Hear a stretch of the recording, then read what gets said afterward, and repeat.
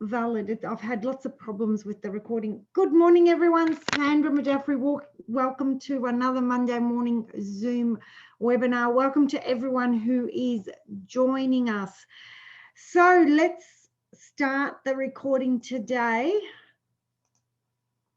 And I'll show my screen as I do every week. I will have a chat box up, so if you're joining us here in the Zoom, please let me know if you have anything at all, any questions as we go through. So welcome to NLP Communication Skills Part C, and today we're going to talk about representational systems. So in the last couple of weeks, we've spoken about lots of different ways that you can use NLP for communication, and not only in business, but also in your personal life and also in your, in your relationships. And today we're going to sort of put it all together and show you how this all works. And we're going to talk a little bit about representational skills. And of course, we learned about creating rapport, sensory acuity, and the representational skills part of this is some of the ways that you can use your sensory acuity to understand where your client or the person that you're speaking to, where they're at, and then you become more flexible to be able to communicate with them where they're at. So hello, like I said to everyone, there's a few people on here who's joining me. Let me know that you're here. So hello in the chat box as we go along. Okay, so what we're doing with representational skills is we're going to access how people like to talk and think. Okay, so what we're looking at, hi Ree, what we're looking at is how people talk and think. Okay, because the whole idea of this is that if you're trying to communicate with somebody, and you're coming from different styles of talking and thinking, and you're trying to get someone to understand where you're coming from, and we'll give you an example of this in a moment. It's very difficult to get on the same page. So this is based a little bit on a lady called Virginia Satir.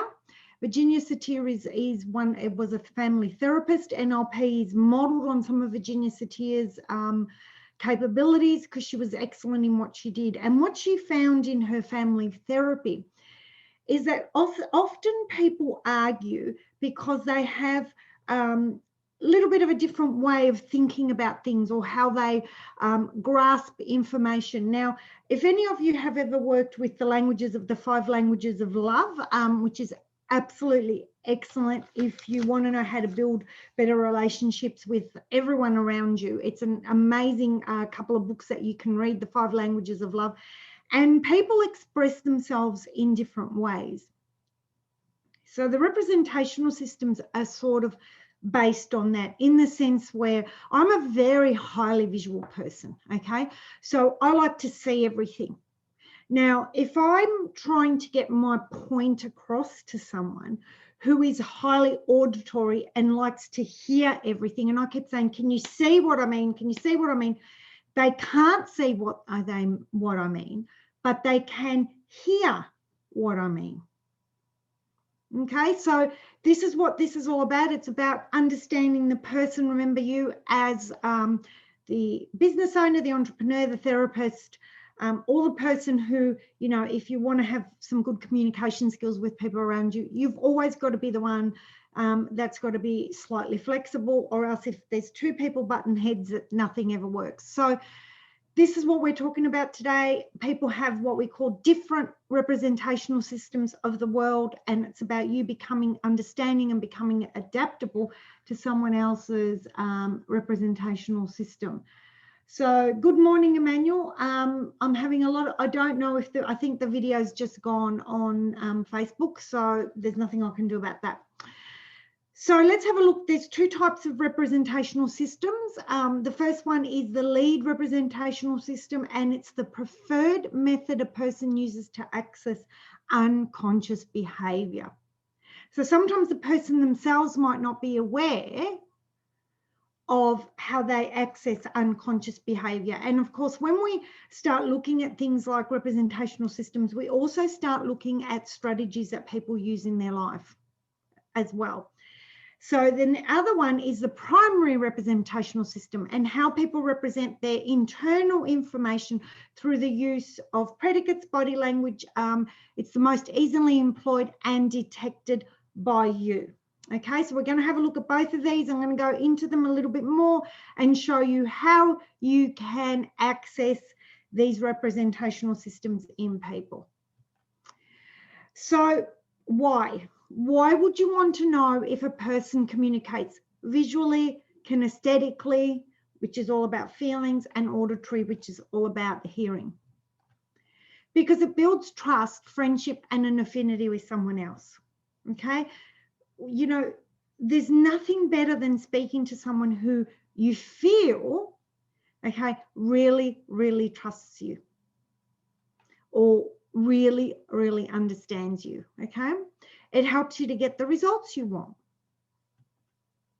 Builds better communication. If you can understand someone else's representational systems, it builds so much better conversations, because you can actually talk their language.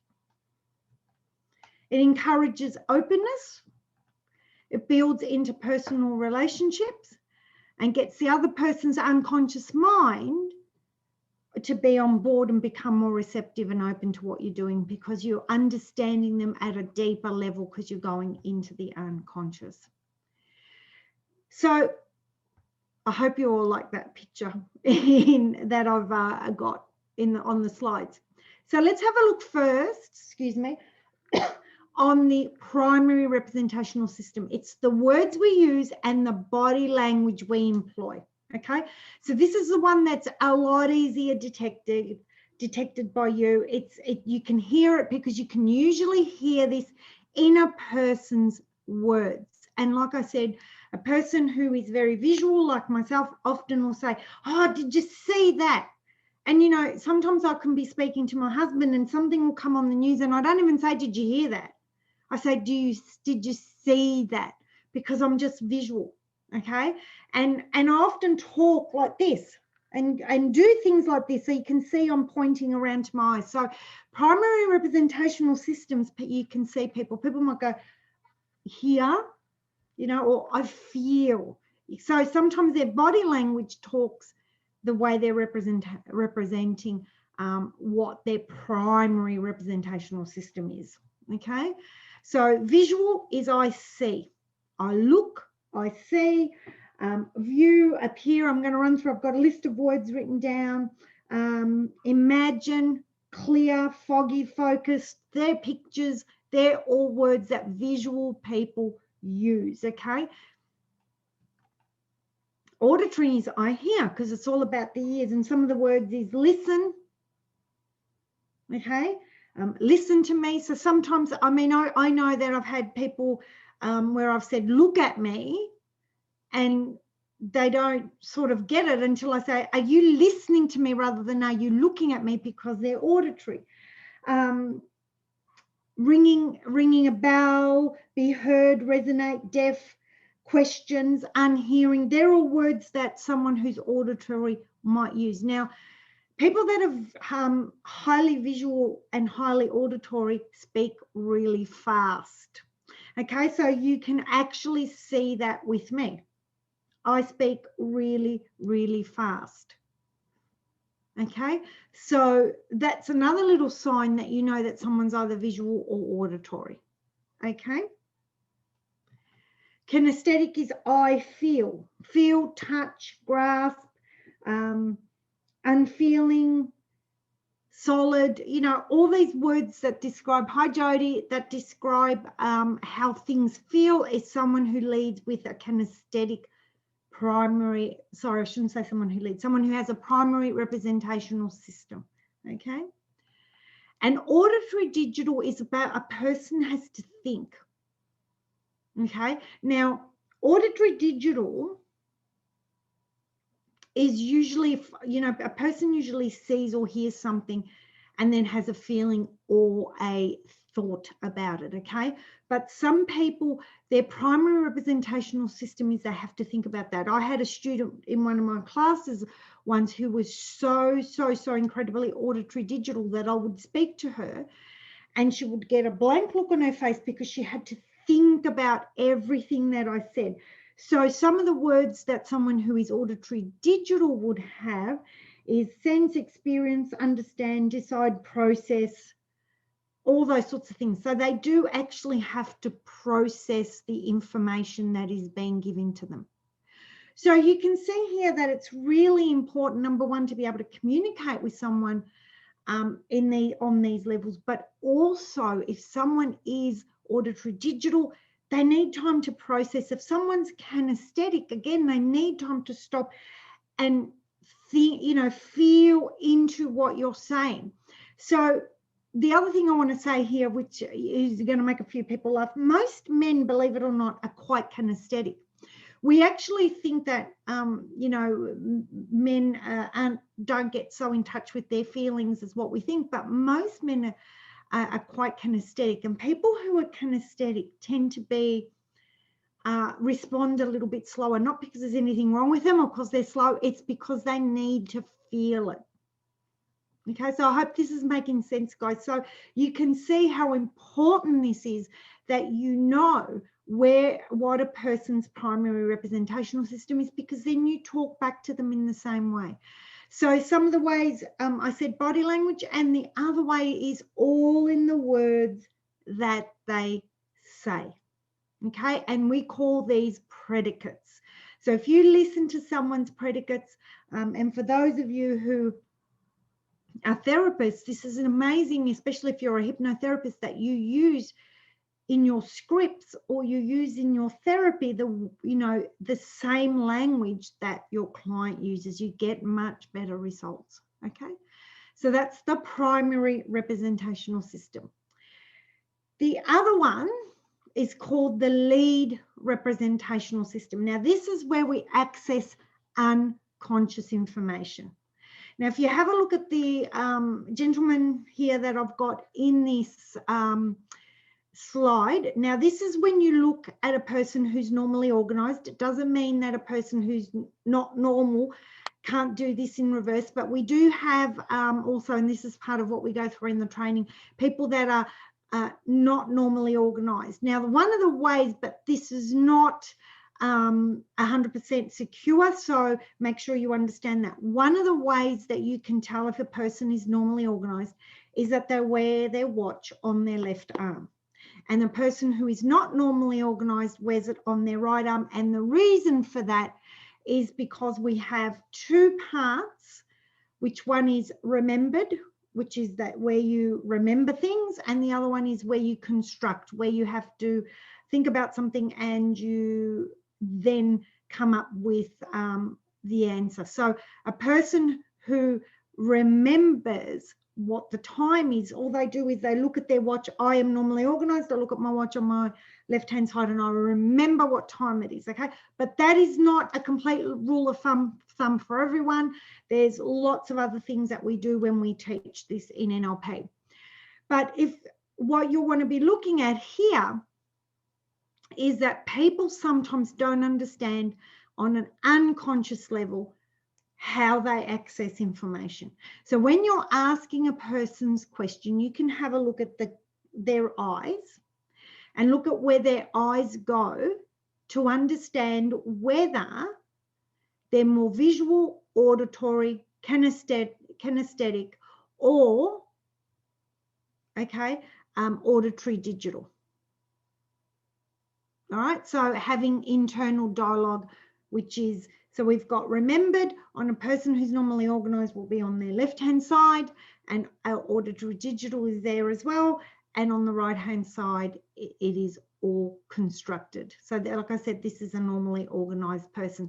So one of the things when you learn a person's lead representational system is that you can ask someone questions and you can actually understand how their unconscious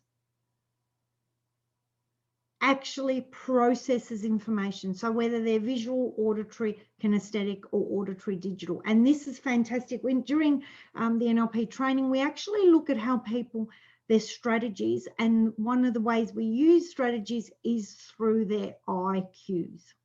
Okay, the cues that their eyes tell us, and we look at them. Like I said, it's not you know, part and parcel 100% exactly like this. There are a few little exceptions and we talk about them, but people don't really normally understand how they create strategies. And of course, if a person, one of the ways that we do use these lead representational systems is to have a look at the way people do strategies, and you can actually change some of the strategies that people have by being able to look at these visual IQs and then scrambling them or rearranging them by doing some of the other things that we learn in NLP and being able to change them around. So I hope this is making sense, guys. So it's really important when you're communicating with someone, when you're wanting to communicate with someone, when you're wanting to understand someone, that you understand not only their primary representational system, which is really, really easy to pick up through the words that they're using and their body language, but also being able to go that little bit deeper and have a look at the cues that are given by their eyes, because that will tell you exactly where they're at and what they're actually thinking about and how they think about it. And remember, NLP is not so much about what a person says, but how they say it, okay? Because usually the way when a person says anything, and this is not just in business, but, you know, throughout anything that you do in life, sometimes the story that a person gives you is not the real story. And in business, this is really important. One of the things that I teach is about sales. And we use this a lot in sales to understand, you know, how a person buys things, what their buying strategies are, so that you know that you can use that to make sure that the person understands 100% what you're selling. Because if you sell to someone in the wrong way, they will actually block themselves off and won't listen to what you're saying, because you're giving it to them in their wrong order. Okay, so really important that you understand this. And even in communication, the interesting thing is that if you start to be able to understand how a person communicates, both in their primary representational system and their lead representational system, you actually can eliminate a lot of friction in family to family communication and things like that. If you've got any questions, guys, just let me know.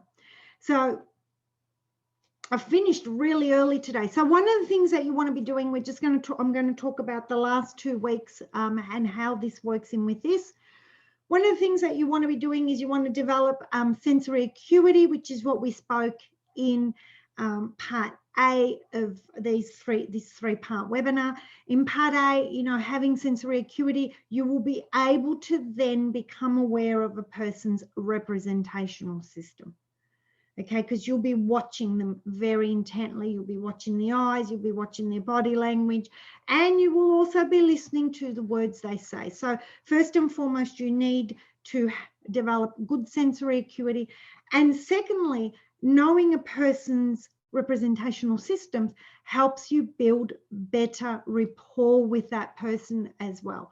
So these 3 communication steps that I spoke about today will help you communicate so much more efficiently with everyone, because you actually learn more about a person by watching them rather than by what they're saying. Because a lot of the time, what a person's holding in their unconscious mind doesn't necessarily come out in the language that they speak. Okay, so looks like we're going to have a little bit of a short one today, guys. Do you have any questions whatsoever for me? I'm just going to have a look in my notes. No, I think I've pretty much got it. But the next time you're talking to someone and they're just not, you don't seem to be communicating, just stop for a minute, take a breath, and ask them to talk to you and start picking up on those cues of how they're speaking. And then, you know, that's all right, Tracy, giving it back, you know, speaking back to them in their representational systems, and watch what happens. I've done this quite a few times on different levels, tested it out because I always have to test everything out, and it's worked really, really well. So I hope you guys have all seen what I sat here to tell you today, and you've heard everything you needed to hear, and it feels really, really good to you. So on that note, have a Merry, Merry Christmas, everyone. I will see you after Christmas now, next Monday. And as I usually say, please, you can find me on YouTube, Facebook, Instagram, and LinkedIn. I look forward to seeing you all next week. Have a great, great, great week, everyone. Chin up. Thank you, Sandra. This is all important info. I'm finding it more so as this time of the year. 100%. Glad you said that, Naomi. I actually just had a conversation with someone today about how stressful Christmas is. So you know what? One of the biggest things that I learned when I learned NLP, and this is why my passion has come so forward for me to actually teach this stuff now to other people, is that my communication skills with members of my family, my children, siblings, husband, siblings, etc., friends, improved so much when I realized that, you know, conversations were not going down the path that you would have hoped to. And you take a breath and take a step back and just listen for a little while, and then you go, I get why that person is not understanding what I'm saying. Okay. And it's helped improve things by no means. And it also, you know, one of the things that I do when I do work with someone and they talk about an issue that they have with someone else, one of the first things I say is, you know, teach them bits and pieces of this and say, you know, you've really got to be flexible if you want your communication to go better, and to, you know, respond to that person using their language. And like I said, if you haven't, I highly recommend the 5 Languages of Love. It is one of the most interesting concepts that I've read through, and you know, we have 5 languages of love, and I guess this is slightly different, but the same. We have 4 different ways of communicating, and once you understand that a person communicates differently to you, number 1, you can start communicating like them, but number 2, you sort of go, oh, that's okay, I get it. All right, thank you guys. Have a great Christmas. I will see you next week, the last Monday of 2020. Thank you for being here, everyone. Bye for this week.